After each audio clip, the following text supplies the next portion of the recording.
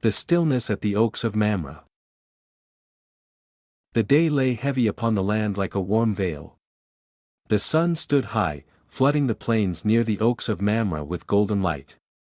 Dust shimmered in the distance, and even the wind seemed to pause, as if the world itself had chosen to rest. The air carried the scent of dry grass and ancient trees, and the earth breathed slowly beneath the heat. At the edge of his tent, Abraham sat quietly. This was the hour when movement was rare and voices fell silent. His body bore the marks of many years, yet his posture remained alert, as though he were always listening for something unseen.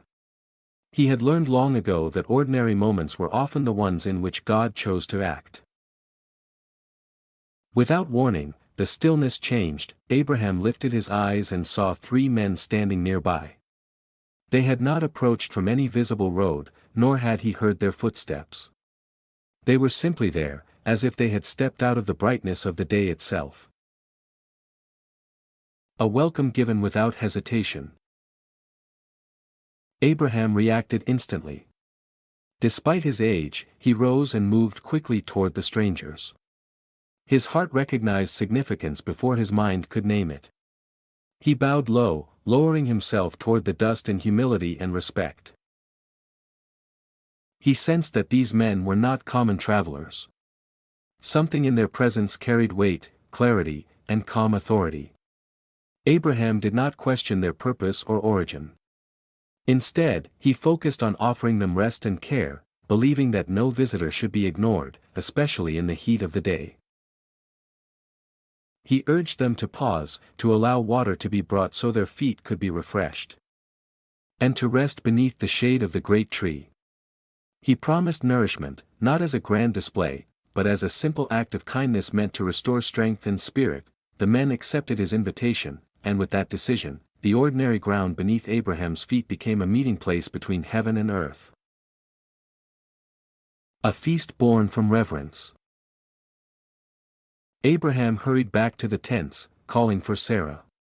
His urgency carried no panic, only purpose. He instructed her to prepare fine bread, enough not merely to satisfy hunger, but to honor their guests. Sarah moved quickly, her hands shaping dough with practiced skill, though her heart remained guarded by years of unfulfilled longing. Outside, Abraham chose a young calf from the herd, one tender and well cared for. He entrusted it to a servant who prepared it with care and respect. Milk and curds were gathered, bread was baked, and what had been promised as a small meal became a generous feast. When everything was ready, Abraham set the food before the visitors and remained standing nearby. Though he was wealthy and respected, he took the posture of a servant. The shade of the tree stretched over them, leaves whispering softly above, as though creation itself leaned in to witness the moment. The men ate, and Abraham watched, unaware that this simple act of hospitality would echo through generations. A question that reached the heart. As the meal came to its close, the visitors turned their attention toward Abraham's household. They spoke of Sarah, asking about her whereabouts, naming her directly rather than referring to her vaguely. This alone unsettled the air, for they spoke as those who knew more than they should. Abraham indicated that she remained within the tent, nearby yet unseen. Then came the declaration that altered the course of everything Abraham and Sarah believed about their lives. One of the visitors revealed that a return would take place in the coming year and that Sarah would bear a son. Inside the tent, Sarah listened. Her body, long beyond the season of childbearing, reacted not with hope but with disbelief. Years of waiting had taught her to protect herself from expectation. Her laughter rose quietly within her, not as mockery, but as the reflex of someone who had learned not to hope too deeply. She considered her age, Abraham's age, and the long silence that had defined her life. The promise sounded beautiful, but impossible, yet nothing spoken beneath that tree escaped notice. Laughter heard beyond the tent. The visitors addressed the laughter directly, revealing that nothing within the human heart is hidden from the divine. Sarah's doubt was named, not harshly, but truthfully. The visitors made clear that her quiet reaction was neither unnoticed nor misunderstood. Then came a question that cut through every assumption she had ever held. It challenged the limits she had placed on life, time, and God himself. It confronted the belief that some doors, once closed, could never open again. Sarah, now aware that she stood before more than ordinary men, stepped forward in fear. She attempted to deny her laughter, but denial could not undo the moment. The truth remained gently yet firmly affirmed. In that encounter, Sarah was not condemned. She was exposed, seen fully, and invited into a future she had long stopped imagining. Toward the cities of the plain. When the meal ended, the visitors rose and began to move on. Abraham walked with them, guiding them part of the way, as was the custom of honor and care. From where they stood, the land stretched outward toward the cities of the plain. Sodom and Gomorrah lay in the distance, known far beyond their borders for corruption and violence.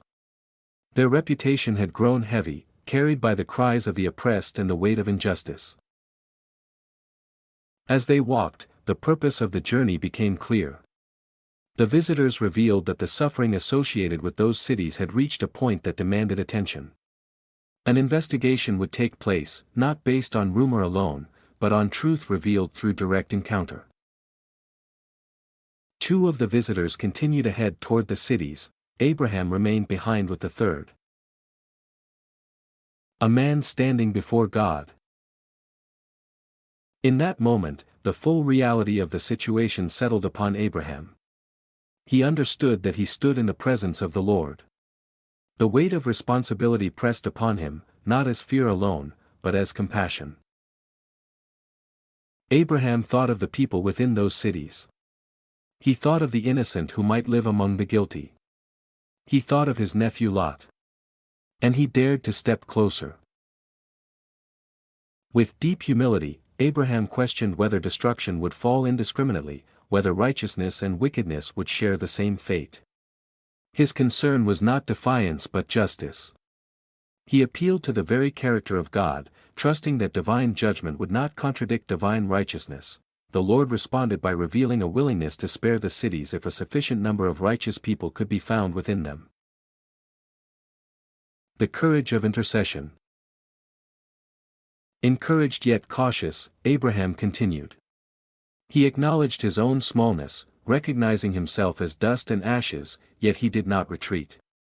Step by step, he asked whether mercy might extend even further. He reduced the number gradually, each request carrying both hope and reverence. With every appeal, the Lord affirmed that mercy would prevail if righteousness could be found, even in diminishing measure. Abraham pressed on, not to test God, but to protect life. His persistence revealed a heart aligned with compassion rather than condemnation. Each response demonstrated that God was not eager to destroy, but attentive, patient, and just. Finally, Abraham reached the lowest number he dared to speak aloud. When the Lord affirmed mercy even then, the conversation reached its end. The departure and the silence. The Lord departed, and Abraham was left standing alone beneath the open sky. The wind moved again through the trees, and the world resumed its quiet rhythm. Behind him lay the promise of new life, impossible yet declared. Ahead lay the uncertain fate of entire cities. Abraham returned to his tent carrying both hope and heaviness, aware that he had witnessed something sacred. The day that had begun like any other had become a turning point in the story of humanity. Meaning and lessons of Genesis 18. Genesis chapter 18 reveals a God who is deeply relational, attentive, and willing to enter human space. The chapter shows divine presence not as distant thunder, but as a visitor who eats, walks, listens, and speaks. God chooses intimacy over abstraction and relationship over distance. Abraham's hospitality demonstrates that openness to others can become openness to God. What appears to be a simple act of kindness becomes the gateway for revelation. The story teaches that the sacred often enters through the ordinary, and that generosity creates space for transformation. Sarah's laughter reflects the tension between human limitation and divine possibility. Her doubt is not portrayed as rebellion but as the natural response of someone shaped by years of disappointment.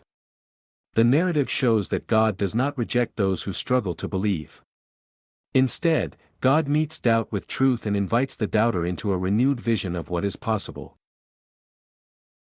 The intercession for Sodom reveals the power of prayer rooted in compassion. Abraham does not argue against justice, he appeals to mercy. He models courageous faith, showing that humans are invited to engage with God honestly, even boldly.